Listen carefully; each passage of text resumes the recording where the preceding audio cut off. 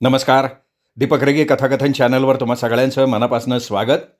श्रोतेहो, तुम्ही ऐकताय सुरेश वैद्य यांची आटोकाट ही कादंबरी आणि आज भाग 5वा.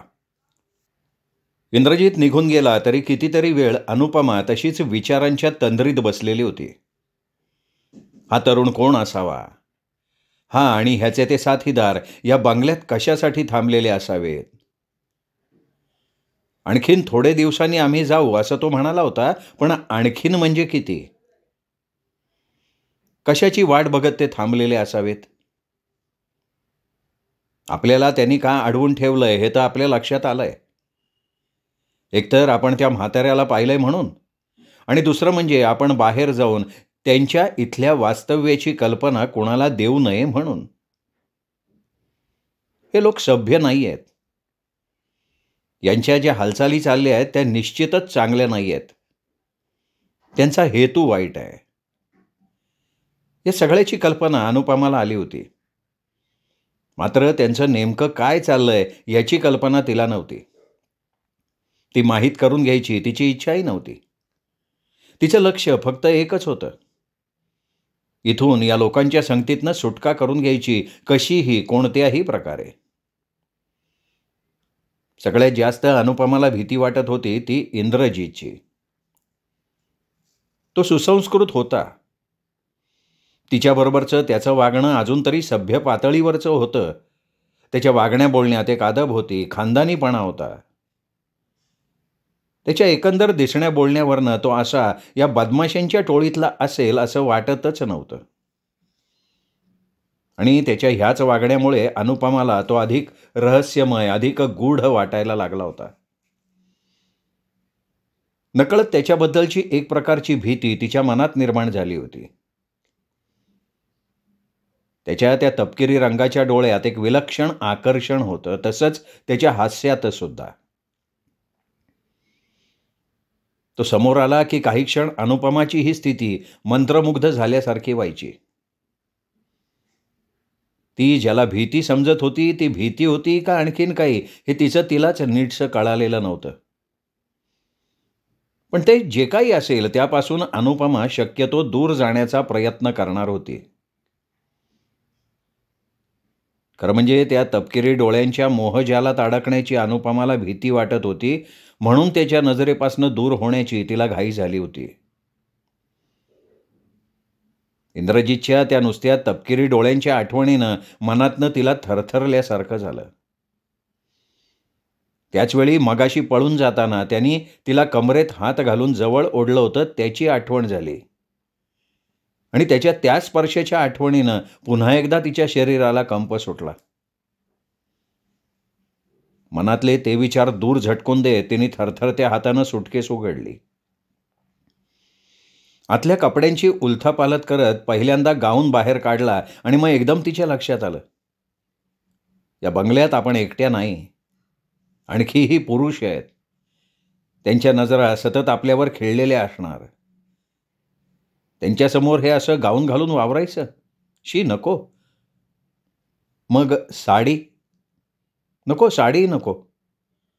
पळून जायला चान्स मिळाला तर साडीमुळे पळून जाता यायचं नाही. त्यापेक्षा आपला सलवार कुर्ता बरा पाळायला. अनुपमानं सुटकेसमधनं किरमिजी रंगाचा सलवार कुर्ता काढला आणि मग ती बाथरूममध्ये गेली. आंघोळीनंतर तिला जरा फ्रेश वाटायला लागलं. शरीराबरोबर मनही हलकं हलकं झालं. रूमचा दरवाजा आतून बंद करून ती ड्रेसिंग टेबलासमोर बसली. ब्रशनं आपले केस हळूहळू विंचरायला लागले. तसं करताना नकळत तिची नजर समोरच्या आरशातल्या आपल्याच प्रतिबिंबावर पडली. आंघोळ झाल्यावर ताज्या टवटवीत फुलासारखा वाटणारा चेहरा, केस एका खांद्यावरून पुढे घेऊन त्यावरून फिरणारा ब्रश. नकळत अनुपमा आपल्याच प्रतिबिंबाकडे काहीशा अनोळखी त्रयस्थ नजरेनं पाहायला लागली. मगाशी जाताना इंद्रजित काय म्हणाला होता? आपल्या सौंदर्याची त्यांनी तारीफ केली होती. नकळत का जाणून बुजून? जाणून बुजूनच. स्त्रीचा सगळ्यात वीक पॉईंट म्हणजे तिच्या सौंदर्याची प्रशंसा करून तिला कमकुवत बनवणं, आपल्या मुठीत घेणं आणि मग तिला आपल्या इशाऱ्यावर हुकूम नाचवणं. इंद्रजित हुशार आहे. याच अस्त्राचा प्रयोग तो आपल्यावर करू पाहतोय. नाही, आता इंद्रजितच्या कुठल्याही शब्दावर विश्वास ठेवायचा नाही. तो असंच देखण्या सुंदर शब्दांचं जाळं आपल्यावर फेकत राहील. आपण त्या जाळ्यात सापडायचं नाही. नुसतं वरून सापडल्यासारखं दाखवायचं, त्याला भ्रमात ठेवायचं आणि वेळ आली की पुरुष जसं स्त्रीच्या सौंदर्याची स्तुती करून तिला आपल्या मुठीत ठेवायचा प्रयत्न करतो, तसंच स्त्रीसुद्धा आपल्या सौंदर्याच्या प्रभावाखाली पुरुषाला भ्रमात ठेवू शकते. अर्थात काही पुरुष फार झटकन वितळतात. एक कटाक्ष टाकतात ते त्या स्त्रीच्या अंमलाखाली येतात. काही मात्र इतक्या सहजपणे फसत नाहीत. त्यांच्यावर परिणाम व्हायला बराच वेळ लागतो. इंद्रजित या दुसऱ्या प्रकारातला आहे, पण तरीही तो पुरुष आहे. त्याला हँडल करणं अवघड आहे, अशक्य मात्र नाही. अनुपमाला स्वतःच्या सौंदर्याची पुरेपूर जाणीव होती. अनेकांकडनं आपल्या सौंदर्याची प्रत्यक्ष अप्रत्यक्ष स्तुती तिने ऐकली होती आणि ह्या अनेकांमध्ये एक जण होता हरीश. देखणा, हुशार, बोलण्या वागण्यात सभ्य. तिच्याशी ओळख झाल्यावर इतर पुरुषांसारखा त्यांनी कधीही तिच्याशी लघळपणा करण्याचा प्रयत्न केला नव्हता. त्याचं तिच्याशी असलेलं वागणं बोलणंही अगदी मोजून मापून होतं. त्याच्या याच स्वभावावर अनुपमा भाळली होती. स्वतःहून पुढाकार घेऊन तिने आपलं प्रेम त्याच्यासमोर उघडं केलं होतं. हरीशनेही मग तिच्या प्रेमाला प्रतिसाद दिला होता. हरीशच्या सहवासात अनुपमा विलक्षण खुश होती. हरीशला समोर ठेवून तिने कितीतरी स्वप्न रंगवली होती. तिच्या विश्वात हरीशशिवाय इतर कोणाला स्थान नव्हतं. आयुष्याच्या अंतापर्यंत तिने त्याला साथ द्यायचा निर्णय घेतला होता. हरीशनेही तिला तसं वचन दिलं होतं. दोघांनीही लग्न करण्याचं नक्की केलं होतं. हरीश एका कोर्ससाठी मुंबईत आला होता. तो कोर्स पूर्ण होताच ते लग्न करणार होते. खरं तर डॅडींना हरीश विशेष पसंत नव्हता. त्यामागचं कारण विचारलं असतं तर ते त्यांना सांगताही आलं नसतं. डॅडी तसे गरीब श्रीमंत, उच्च नीच हा भेद करणारे नव्हते. तसंच लव्ह मॅरेजला त्यांचा आक्षेप वगैरेही नव्हता. पण का कुणास ठाऊक हरीश त्यांना पहिल्यापासूनच फारसा अपील झालेला नव्हता. अर्थात तसं त्यांनी बोलून दाखवलं नव्हतं किंवा अनुपमानं मी हरीशशी लग्न करणार आहे म्हटल्यावर विरोधही केला नव्हता. अनुचं सुख हे त्यांचं सुख होतं. तिची पसंती ही शेवटी सर्वात महत्त्वाची होती, म्हणूनच त्यांनी परवानगी दिलेली होती. हरीशचा कोर्स संपत आला होता. आता आणखीन काही दिवस आणि त्याच वेळी तिला ते पत्र मिळालं होतं. त्या पत्रानं अनुपमाचं सगळं आयुष्यच उद्ध्वस्त केलेलं होतं. सगळ्या स्वप्नांच्या ठिकऱ्या उडवल्या होत्या. मनातले मनोरे पत्त्याच्या बंगल्याप्रमाणे कोसळले होते. कदाचित आपणास कल्पना नसेल, हरीश विवाहित आहे. त्याची पहिली पत्नी जिवंत असून ती गावाला असते. पत्रातला हा मजकूर तसं पाहिलं तर किती साधा, किती सरळ. पण कधी कधी काही शब्द सुरुंगाची दारू ठासून भरल्यासारखे स्फोटक बनतात. पत्रातले ते शब्द यानूच्या बाबतीत असेच स्फोटक बनले होते. पहिल्यांदा अनुनं त्या पत्रावर विश्वास ठेवायचा नाही असं ठरवलं. वाटलं कोणीतरी चेष्टा केली असावी किंवा हरीशच्या कोणीतरी हितशत्रूला त्याचं हे प्रेमप्रकरण पसंत नसावं म्हणून मुद्दाम. परंतु मनातल्या मनात तिलाच हा युक्तिवाद पटत नव्हता. हरीशच्या आजवरच्या वागण्याकडे आता ती वेगळ्या दृष्टिकोनातनं पाहायला लागली होती. त्याच्याबरोबरच्या प्रत्येक प्रसंगाचं, प्रत्येक शब्दांचे पापुद्रे उघडून पाहायला लागली होती. हरीशचं एवढ्या जवळ येऊनही तिच्याशी हात राखून वागणं, त्याच्या घरचा गावचा विषय निघाला की आबोल होणं, मध्येच ट्रान्समध्ये गेल्यासारखं तिचं अस्तित्व विसरून जाणं, या सगळ्या गोष्टी त्यावेळी तिच्या लक्षात आल्या नव्हत्या. आल्या असत्या तरी तिने त्याच्या जिनियसपणात मोडून टाकल्या होत्या. आणि आता आपण फसवलो गेल्याची जाणीव आत कुठेतरी तिला झाली. ही जाणीवच फार धक्कादायक होती, क्लेशकारक होती. अनुपमासारख्या मुलीच्या दृष्टीनं तर फार भयानक. हरीशच्या पुढ्यात तिने जेव्हा हे पत्र टाकलं होतं तेव्हा त्याचा चेहरा पांढरा फटफटीत पडला होता. पत्रातला मजकूर खरा असल्याचं त्यांनी मान्य करून टाकलं होतं. मात्र तसं करतानाही त्यांनी आपली बाजू तिला पटवून द्यायचा प्रयत्न केला होता. माझ्यावर विश्वास ठेव अनु. मी तुला हे सगळं सांगणार होतो. कितीतरी वेळा मनात आलं पण धीर नाही झाला. ती माझी केवळ नावाची पत्नी आहे. आम्ही अजून कधी एकत्र आलेलो नाही. ती मला मुळीच पसंतच नव्हती. अडाणी, गावंढळ. केवळ घरच्या लोकांच्या आग्रहाला बळी पडून मी तिच्याशी लग्न केलं. मोठ्या भावाने मला अटच घातली होती. ते लग्न केलं तरच मला ह्या कोर्ससाठी मुंबईला जायला मिळेल. मग माझा नाईलाज झाला ना अनु. काही करून हा कोर्स मला पूर्ण करायचा होता, म्हणून मग मी ती तात्पुरती तडजोड केली. आयुष्यात अशा तडजोडी कराव्याच लागतात, हे तू सुद्धा मान्य करशील अनु. पण आता माझा कोर्स पूर्ण झालाय. मी परत गावाला जाणार नाही. घरच्या सगळ्यांशी संबंध तोडून टाकेन. तिच्यापासून घटस्फोटही मिळेल मला. मग आपण. तो बोलत होता, अनु ऐकत होती. पण तिच्या चेहऱ्यावर कसल्याही भावनांचा लवलेश नव्हता. हरीशचं ते बोलणं, तो देत असलेली सफाई ऐकून मात्र तिच्या मनातली हरीशची प्रतिमा अधिकाधिक तडकत चालली होती. त्याच्याविषयी तिच्या मनात असलेल्या आदराला, प्रेमाला प्रचंड तडा जात होता. त्यांनी केवळ तिलाच फसवलं नव्हतं, ते एका निष्पाप पोरीलाही धोका दिला होता.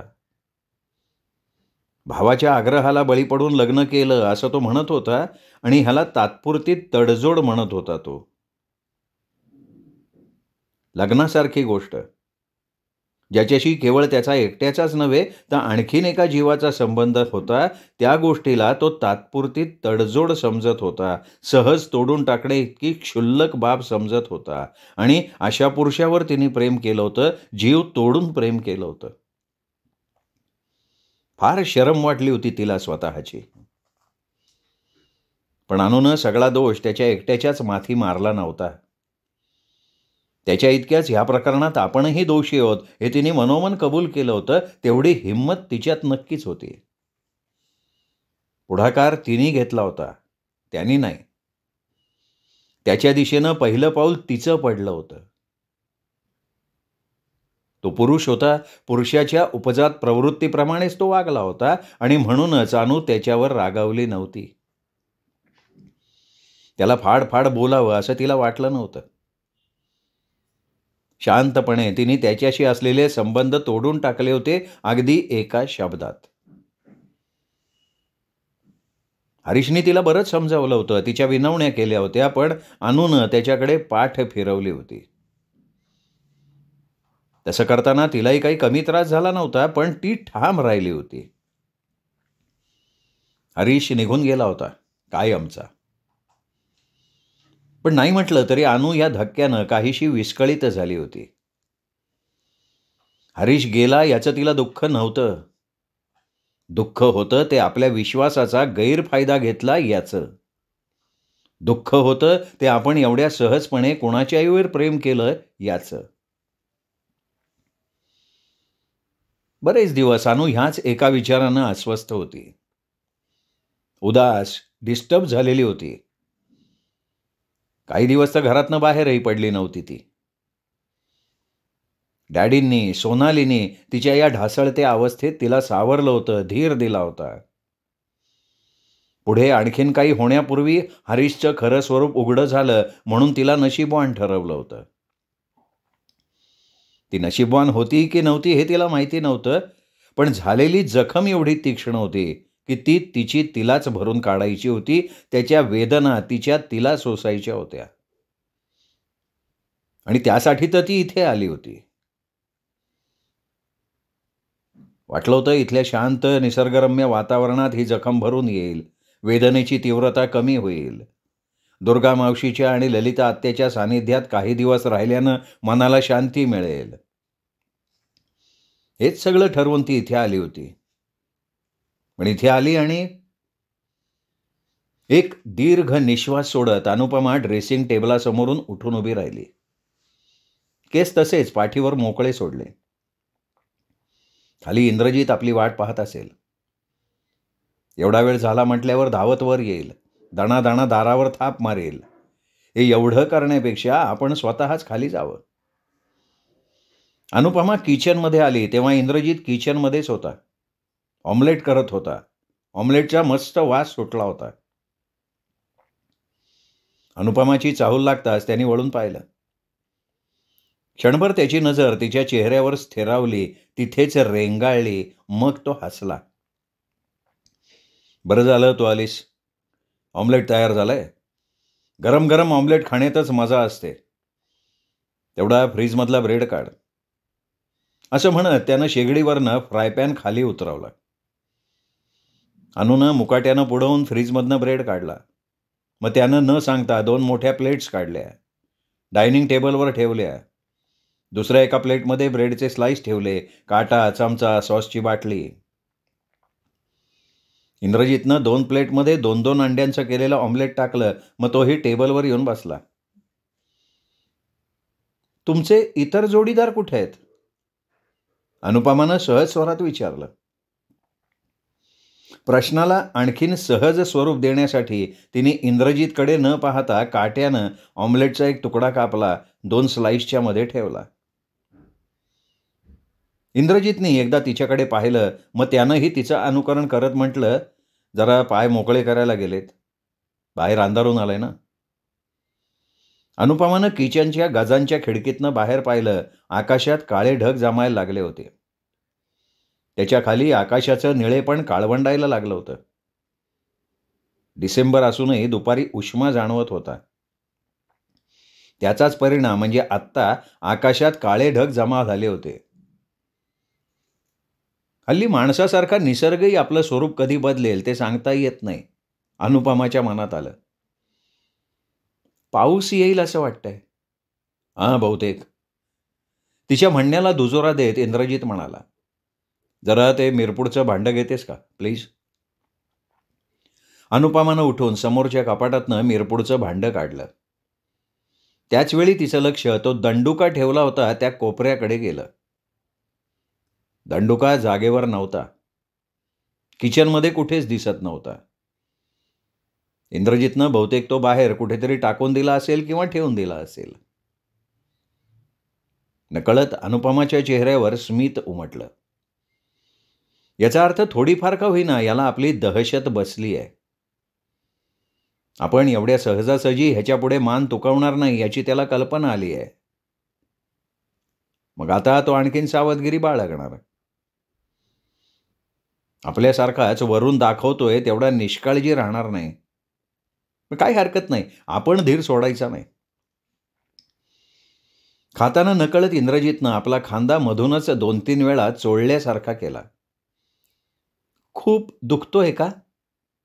नकळत अनुपमा विचारून गेली आणि मग तिचं तिला आश्चर्य वाटलं की आपण हा प्रश्न का विचारला. इंद्रजीतलाही तिच्या त्या प्रश्नानं आश्चर्य वाटल्यासारखं दिसलं. काहीशा चकित नजरेनं त्याने तिच्याकडे बघितलं. त्यालाही तिच्याकडनं ह्या असल्या प्रश्नाची अपेक्षा नव्हती. आपल्याला वाटलेलं आश्चर्य त्यांनी मुळीच लपवून ठेवलं नाही. त्यांनी उलट विचारलं, हो पण तुला त्याच्याशी काय? का लाथ मारून सॉरी म्हणण्याची ही नवीन पद्धत आहे? यावर अनुपमाकडे खरंच काही उत्तर नव्हतं. आपण हे असं काही विचारलं नसतं तर बरं झालं असतं असं तिला वाटून गेलं. शेवटी काहीतरी बोलायचं म्हणून ती म्हणाली, आय एम सॉरी. खरं म्हणजे माझा तसा हेतू नव्हता, पण मी त्यावेळी इतके घाबरले होते म्हणून माझ्या हातून तसं. खरं म्हणजे आपल्या या सगळ्याच बोलण्यामागे एक प्रकारचा ढोंगीपणा आहे, खोटेपणा आहे, हे तिला कळत होतं. आपण जे केलं ते योग्य होतं. आपल्या जागी दुसरी कुठलीही थोडंफार अंगी धाडस असणारी मुलगी असती तरी तिने तेच केलं असतं. मग त्याच्यासाठी हे सॉरी वगैरे कशाला? त्याला मारल्याबद्दल आपल्याला मुळीच दुःख-बिख्ख झालेलं नाहीये. अनुपमा स्वतःला बजावत होती. इंद्रजितनं ऑम्लेट संपवून पुढ्यातली प्लेट एका बाजूला सरकवली, पाण्याचे 2 घोट घेतले आणि मग खुर्चीच्या पाठीवर रेलून अनुपमाकडे पाहत तो म्हणाला, तुझ्या जागी एखादा पुरुष असता ना तर आत्तापर्यंत कुठल्यातरी हॉस्पिटलच्या बेडवर शरीरातले बरेचसे अवयव फ्रॅक्चर करून घेऊन पडला असता. अनुपमा गप्प बसली. इंद्रजितच्या बोलण्यात मुळीच अतिशयोक्ती नाही. तो खरोखर तसं करू शकतो याची कल्पना तिला तिच्या शांत सहज बोलण्यावरनं आली होती. आणि ज्या शांतपणे तो हे बोलला होता हे ऐकून नकळत अनुपमाच्या अंगावर काटा आला होता. भयाची एक तीव्र लहर सगळ्या शरीरावरनं सरसरत गेली होती आणि मनातल्या पुन्हा प्रश्नानं उचल खाल्ली होती की हा तरुण कोण असावा. इतक्या सभ्य सुसंस्कृत दिसणाऱ्या ह्या तरुणानं हा बदमाशाचा पेशा का पत्करला असावा? कोणत्या कारणामुळे तो ह्या मार्गाकडे वळला असावा? अर्थात यातल्या एकाही प्रश्नाचं उत्तर तिला माहिती नव्हतं. इंद्रजितला तर तसं काही विचारायची तिच्यात हिंमतच नव्हती. काही न बोलता ती त्याच्याकडे पाहत होती. तो खिडकीतनं बाहेर बघत होता. चेहरा काहीसा विचारमग्न दिसत होता. अचानक त्यांनी वळून अनुपमाकडे पाहिलं. ती त्याच्याकडेच पाहत होती. त्यानं असं अचानक तिच्याकडे पाहताच ती काहीशी गोंधळली. त्याच्या नजरेतनं आपली नजर सोडून घ्यायचा तिने प्रयत्न केला. तुला कदाचित माझी भीती वाटत असेल नाही का? हां? छे नाही नाही. त्याच्यापुढे खरं कबूल करणं तिला मान्यच नव्हतं. खरंच वाटत नाही?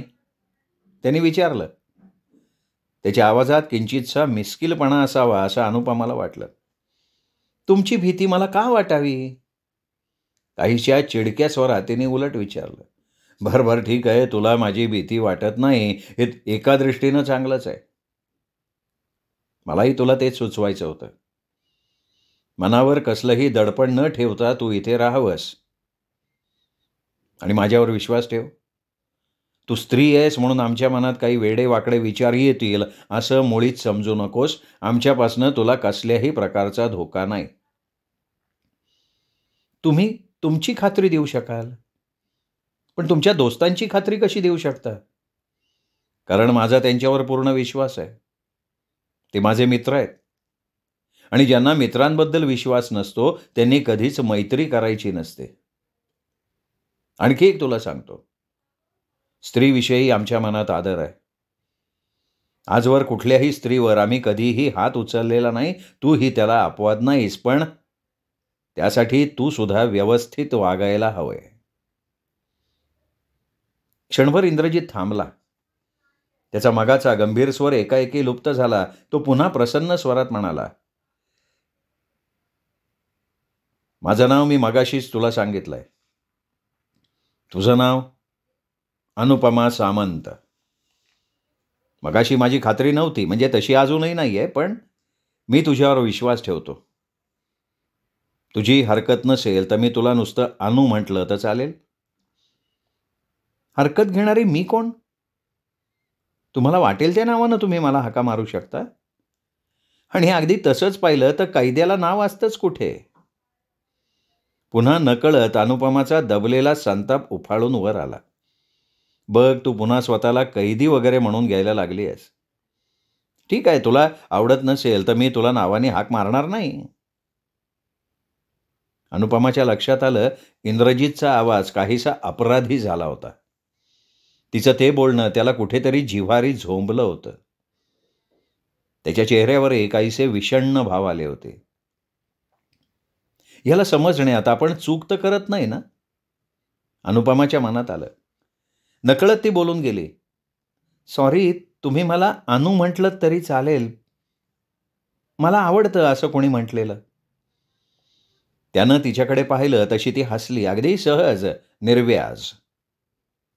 मग म्हणाली, "आता तुमच्या दोस्तांचीही नावं सांगून टाका ना.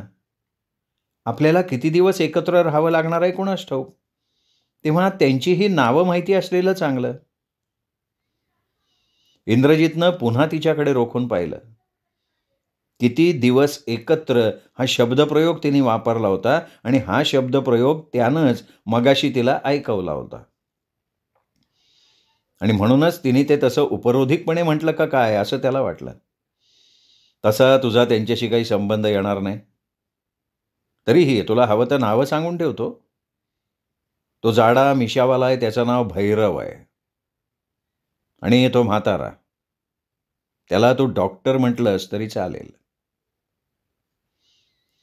अनुपमाच्या लक्षात आलं, आपल्या ह्या दोस्तांबद्दल सांगताना त्यांनी बरंचसं हातचं राखून ठेवलं होतं. शिवाय त्यांनी फक्त दोघांचाच उल्लेख केला होता. का? खरोखर त्याच्याबरोबर ते दोघेच होते? का तिन्ही दोघांनाच पाहिलं होतं म्हणून त्यांनी फक्त दोघांचाच उल्लेख केला होता? आणखीन इतरांची नावं? अनुपमानं एक गुगली टाकण्याचा प्रयत्न केला. नाही, आणखीन कोणी नाही, आम्ही फक्त तिघेच आहोत.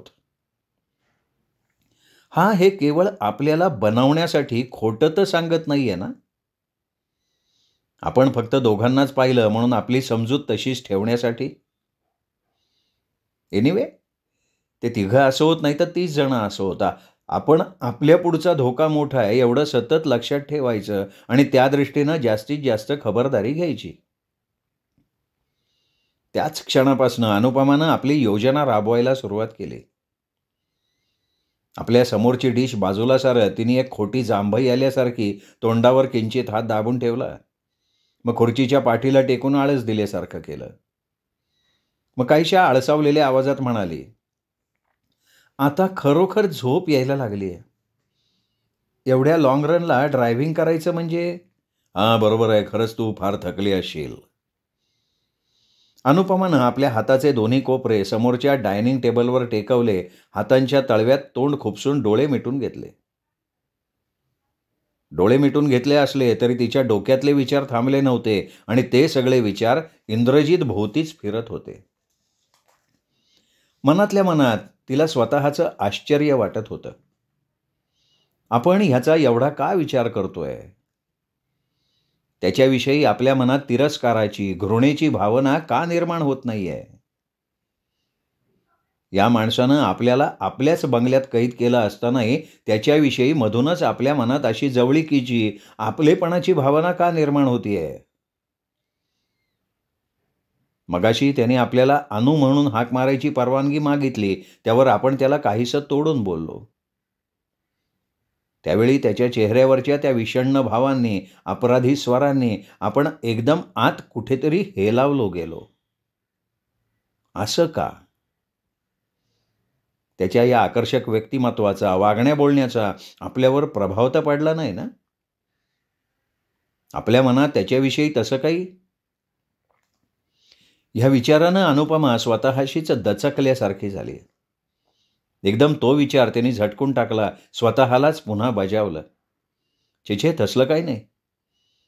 तो आपल्याशी आत्तापर्यंत अगदी सभ्यपणे वागलाय. आपण त्याच्या ताब्यात असूनही त्याने अजून आपल्याकडे वाकड्या नजरेनं पाहिलेलं नाहीये, म्हणून आपण त्याच्याबद्दल जरा जास्त विचार करतोय. त्याच्याविषयी वाटणाऱ्या कुतूहलाच्या भावनेतून.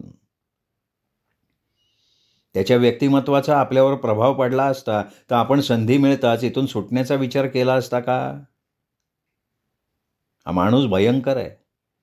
चोर, स्मगलर, खुनी किंवा ह्याहीपेक्षा भयानक गुन्हेगार. आणि म्हणूनच तो इथे लपून राहिलाय. अशा माणसाविषयी आपल्या मनात सहानुभूती, आपलेपणा, छट, मुळीच नाही. अनुपमा स्वतःला पुन्हा पुन्हा बजावत होती. पावलांच्या आवाजानं अनुपमा भानावर आली. हात बाजूला करून तिने पाहिलं, इंद्रजित लांब लांब ढांगा टाकत हॉलच्या दिशेनं जात होता. त्याचे साथीदार आले असावेत. अगदी अस्पष्ट आवाज तिच्या कानावर पडले. क्षणभर अनुपमाच्या मनात आलं, उठून हळूच दाराच्या आडून पाहावं कोण आणि किती जण आहेत. पण तिने मनावर संयम ठेवला. ते कोण आहेत आणि किती आहेत हे जाणून घेण्यापेक्षा आपण आपल्या सुटकेवर विचार करण्यात वेळ घालवणं अधिक चांगलं. अनुनं पुन्हा मगाची होती तशी पोज घेतली. हातांच्या तळव्या चेहरा झाकून घेतला. डोळे मिटून पुन्हा सुटकेचा मार्ग शोधण्याचा प्रयत्न करायला लागली. पुन्हा पावलांचा आवाज आला. इंद्रजित परत किचनमध्ये आला होता. चल, तुला तुझ्या खोलीत पोचवतो, तू आराम कर. अनुपमा उठली.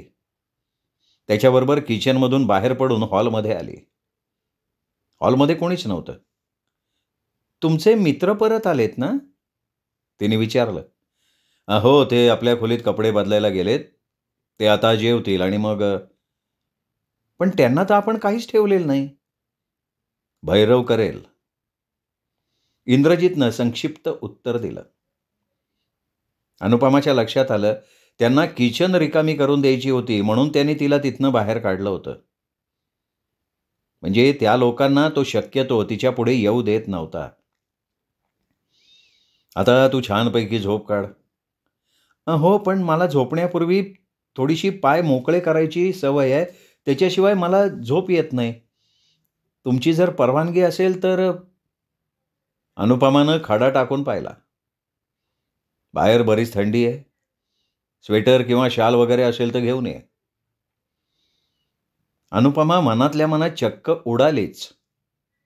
इंद्रजितने अगदी सहजपणे तिला परवानगी दिली होती. कसलाही विरोध केला नव्हता. तिला वाटलं होतं तो म्हणेल, सवय आहे तर बाल्कनीत चक्रा मार किंवा बंगल्याच्या कंपाऊंडमध्ये पाय मोकळे कर. पण याचा अर्थ इंद्रजितचा आपल्यावर विश्वास बसलेला दिसतोय. आपण पळून जाणार नाही अशी त्याची खात्री झालेली दिसतीये. वाटत असावं की आपणही त्याच्या व्यक्तिमत्वाच्या प्रभावाखाली आलोत. त्याच्या परवानगीशिवाय आपण कसलीही हालचाल करणार नाही. स्वतःवर फार फाजील विश्वास दिसतोय याचा. इतर मुलींसारखा समजतोय हा कदाचित आपल्याला. त्याच्या आकर्षक व्यक्तिमत्वाला भुलून आपणही. इंद्रजित साहेब, तुमची ही समजूत किती चुकीची आहे हे लवकरच तुमच्या लक्षात येईल. तुम्ही माझ्यावर विश्वास टाकण्यात फार मोठी चूक करताय. पण हे सारं अनुपमानं आपल्या चेहऱ्यावर दाखवलं नाही. आलेच मी, असं म्हणत ती आपल्या रूमकडे जाण्यासाठी जिना चढायला लागली. श्रोते हो, हा होता सुरेश वैद्य लिखित आटोकाट या कादंबरीचा 5वा भाग, 6वा भाग उद्या. तोपर्यंत नमस्कार मित्र.